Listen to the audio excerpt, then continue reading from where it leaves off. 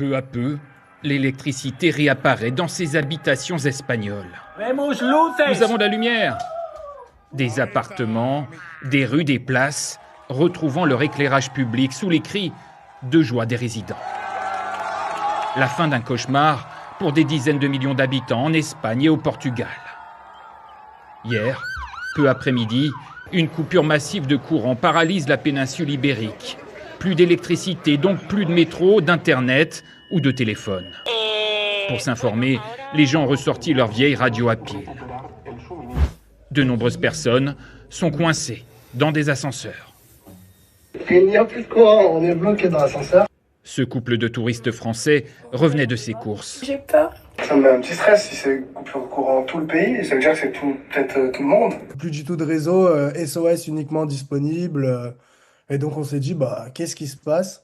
Et donc là, après, ça qu'on commençait un peu à spéculer. Nous, ce qu'on voulait, c'était surtout pas rester trop longtemps dans l'ascenseur.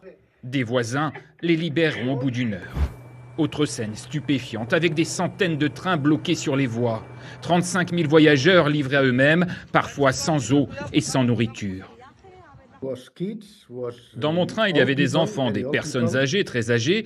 Quelques-unes avaient des problèmes de santé. Il n'y avait pas de réseau téléphonique, aucune connexion en 16 heures. Entre Madrid et Cordoue, cet autre TGV est à l'arrêt avec ses voyageurs errant sur les voies. Alertés, des villageois coupent le grillage et leur offrent un peu de nourriture. Dans la nuit, de nombreux voyageurs sont livrés à eux-mêmes. La gare de Madrid n'est plus qu'un vaste centre d'accueil d'urgence. Les hôtels sont fermés et personne ne peut y aller. Les cartes de crédit sont hors service. Maintenant, nous allons dormir ici, mais nous n'avons rien à manger. Ce soir, la situation dans les transports est redevenue presque normale, mais la panne électrique géante aurait fait des victimes. En Galice, les services de secours régionaux déplorent le décès d'au moins 3 personnes âgées.